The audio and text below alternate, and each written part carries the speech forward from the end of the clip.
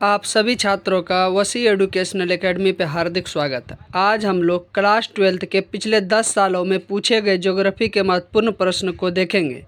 यह वीडियो आप सभी छात्रों के बोर्ड एग्ज़ाम के लिए बहुत महत्वपूर्ण होगा। इस वीडियो को आप अपने दोस्तों के साथ ज़्यादा से ज़्यादा शेयर करें। इस वीडियो को आप चैनल को सब्सक्राइब करें ताकि आपको इसी तरह आगे वीडियो मिलता रहे। चलते हैं, देखते हैं, बिना देरी करते हुए स्टार्ट करते हैं क्वेश्चन को। क्या है क्वेश्चन? यहाँ दिख रहा होगा कि भारत का मानक समय कितना। यदि ये पूछा जाए कि भारत का मानक समय कितना है तो भारत का मानक समय कितना है? 82.5 यानी 82.5 डिग्री पूर्व। यह क्या है? भारत का मानक समय है। अगला क्वेश्चन देखते हैं क्या है।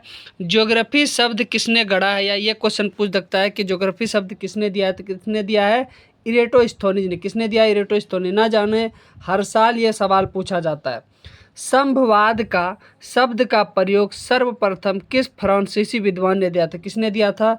लुसियन फेब्रे ने दिया था। किसने दिया था? लुसियन फेब्रे ने दिया था। अगला क्वेश्चन देखते हैं क्या अगला क्वेश्चन है कि संभवाद अवधारणा में किस घटक को महत्वपूर्ण माना गया है? तो किस घटक को महत्वपूर्ण माना गया है? मानवीय घटक को। किस घटक को महत्वपूर्ण माना गया है? मानवीय घटक को। आधुनिक मानव भूगोल के जनक, यानी अगर आधुनिक मानव का बात किया जाए कि आधुनिक मानव भूगोल का जनक कौन है, तो कौन है? Friedrich Ratzel. कौन है? Friedrich Ratzel. ये क्वेश्चन बहुत बार पूछा गया है और आगे भी संभावना है कि आपके एग्जाम में भी पूछे जा सकते हैं। नव निश्चयवाद के प्रवर्तक कौन है? अगर नव निश्चयवाद के प्रवर्तक के बारे में पूछा जाए तो कौन है? टेलर है। कौन है? टेलर है। अगला क्वेश्चन देखते हैं क्या है कि नियतिवाद के विचारक कौन थे? नियतिवाद के अगर विचारक के बारे में बात करें जाए तो कौन थे?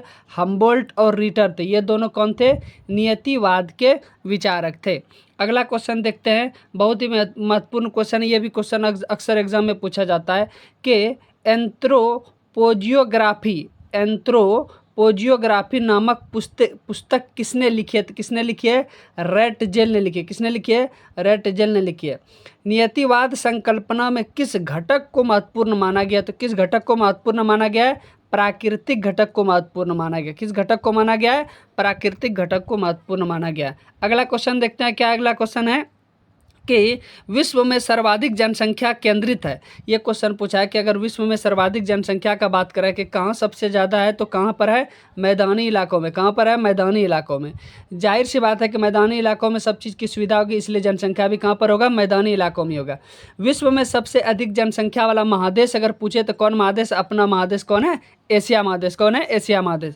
जनसंख्या वितरण को प्रभावित करने वाले कारकों में सबसे महत्वपूर्ण अगर कारक पूछा जाए तो कौन है? जलवायु। जो क्या है? सबसे महत्वपूर्ण कारक है जिससे क्या होता है? जनसंख्या प्रभावित होता है। अगला क्वेश्चन देखते हैं। अगला क्वेश्चन क्या है? अमेजन नदी बेसिन में किस तरह की जनसंख्या पाई जाती है? तो किस तरह की जनसंख्या पाई जाती है? विरल जनसंख्या, यानी बहुत कम मात्रा में जनसंख्या पाई जाती है। इसी को क्या बोलते हैं? विरल जनसंख्या।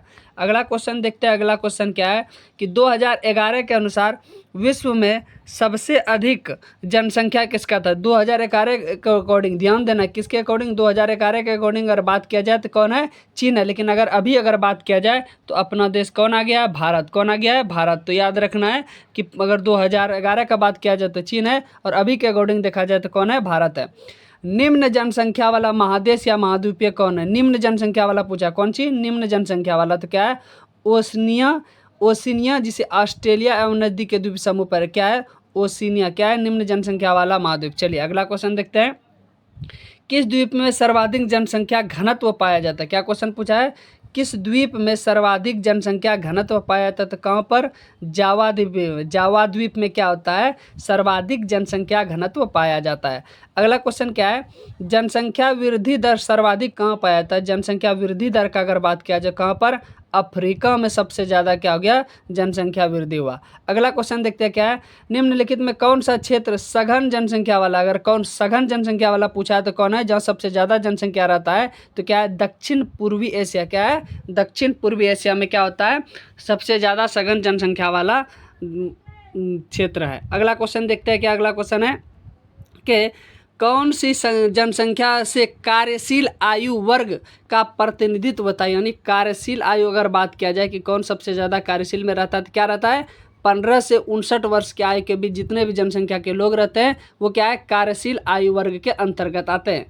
किस देश का लिंग अनुपात विश्व में सर्वाधिक है? किस देश का लिंग अनुपात, यानी 1000 पुरुष में महिलाओं की संख्या अगर ज़्यादा का बात किया जाए तो वही पूछा है किसका लिंग अनुपात ज़्यादा क्या है, लाटविया का। किस देश का, लाटविया का लिंग अनुपात सर्वाधिक है। अगला क्वेश्चन देखते हैं कौन सा है, निम्नलिखित में से कौन सा विकास का सर्वोत्तम वर्णन करता है, कौन सा विकास का सर्वोत्तम वर्णन करता है, गुण में धनात्मक परिवर्तन। कौन परिवर्तन, गुण में धनात्मक परिवर्तन।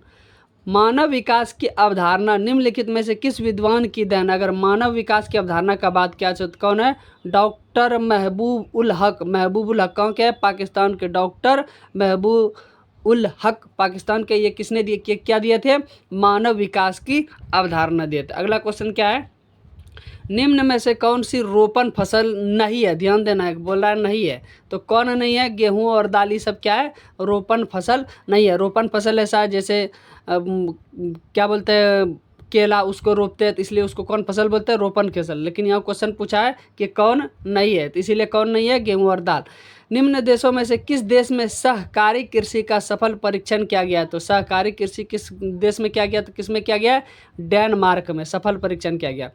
फूलों की कृषि कहलाती है, जहाँ पर फूलों की कृषि होती है उस कृषि को क्या बोलते हैं, पुष्पोत्पादन। क्या बोलते हैं, पुष्पोत्पादन, यानी पुष्प माने फूल होता है इसलिए इसको क्या बोलता है, पुष्पोत्पादन। अगला क्वेश्चन देखते हैं, निम्न में से कौन सी कृषि के प्रकार का विकास यूरोपीय औपनिवेशिक समूहों द्वारा किया गया, तो कौन सा किया गया है, रोपण कृषि। कौन सा कृषि किया गया है, रोपण कृषि। अगला क्वेश्चन क्या है, किस प्रकार की कृषि में खट्टे रसदार फलों की कृषि की जाती है, तो किस प्रकार के कृषि में, तो भूमध्य सागरीय कृषि में क्या किया जाता है, खट्टे रसदार फलों की कृषि की जाती है। अगला क्वेश्चन देखते हैं क्या है, निम्न कृषि के प्रकारों में से कौन सा प्रकार कर्तन दहन कृषि का प्रकार है, तो कौन सा है, कर्तन दहन कृषि का प्रकार क्या है, आदिकालीन निर्वाहक कृषि।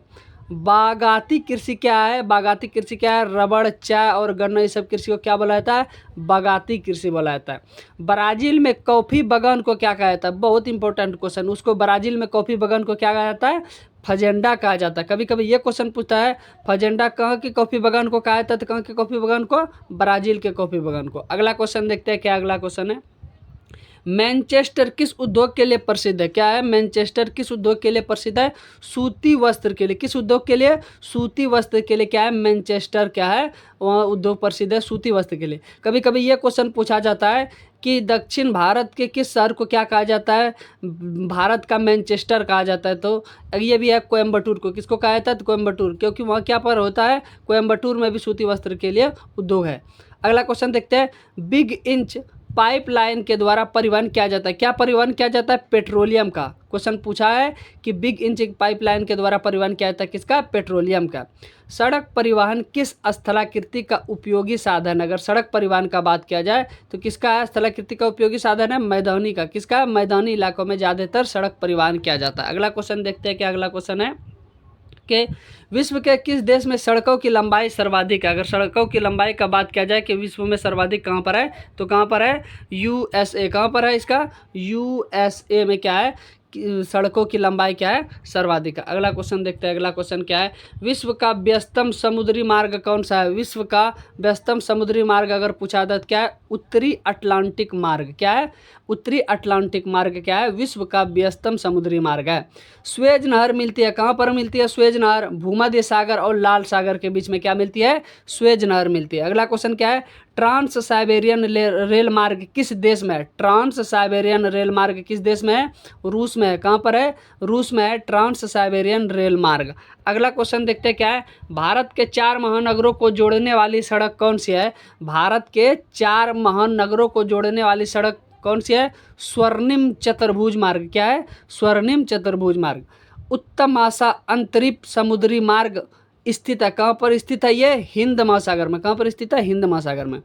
डायमंड हार्बर किस नदी पर स्थित है। डायमंड हार्बर ये किस नदी पर है, हुगली नदी पर। कहाँ पर है, हुगली नदी पर क्या है, डायमंड हार्बर है। और हुगली नदी पर ही कलकत्ता बसा है। क्या शहर है, अगर क्वेश्चन पूछे कलकत्ता शहर किस नदी पर बसा है, तो हुगली नदी के किनारे बसा है। अगला क्वेश्चन देखते हैं क्या है, विश्व व्यापार संगठन का मुख्यालय कहाँ पर है? विश्व व्यापार संगठन का अगर मुख्यालय का बात किया जाए तो कहाँ है? जनेवा में है। कहाँ पर है? जनेवा में है।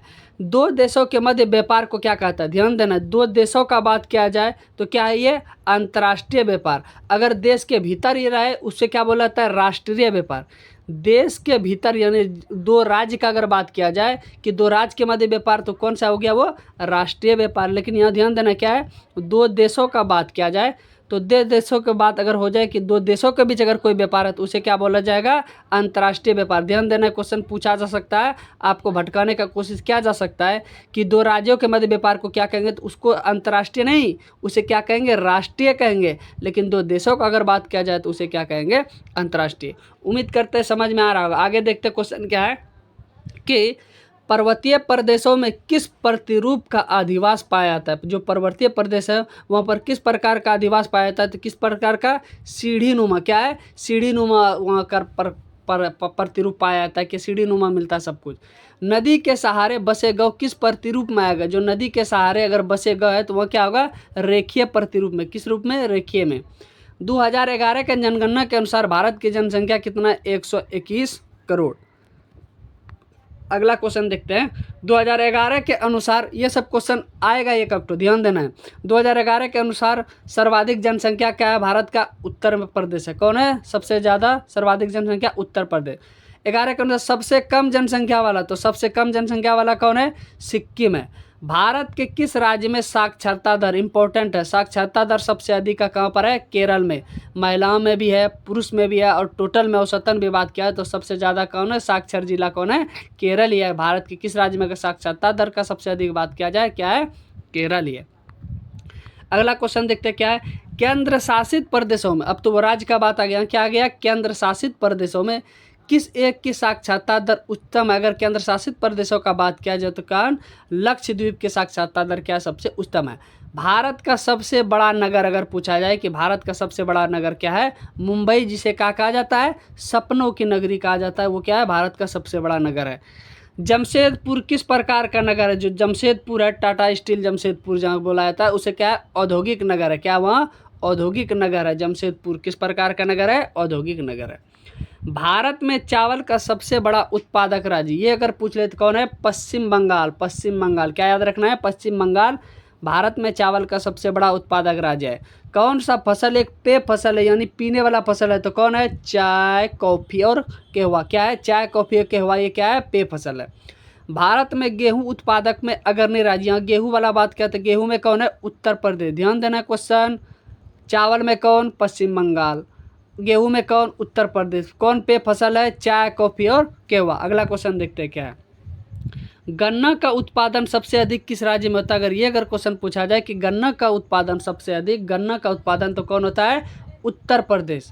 सर्वाधिक प्रदूषित नदी, ध्यान देना है कि सर्वाधिक प्रदूषित नदी कौन है? यमुना नदी है। क्या है? यमुना नदी सर्वाधिक प्रदूषित नदी है, यानी सबसे गंदा नदी का अगर बात किया जाए क्या है? यमुना है।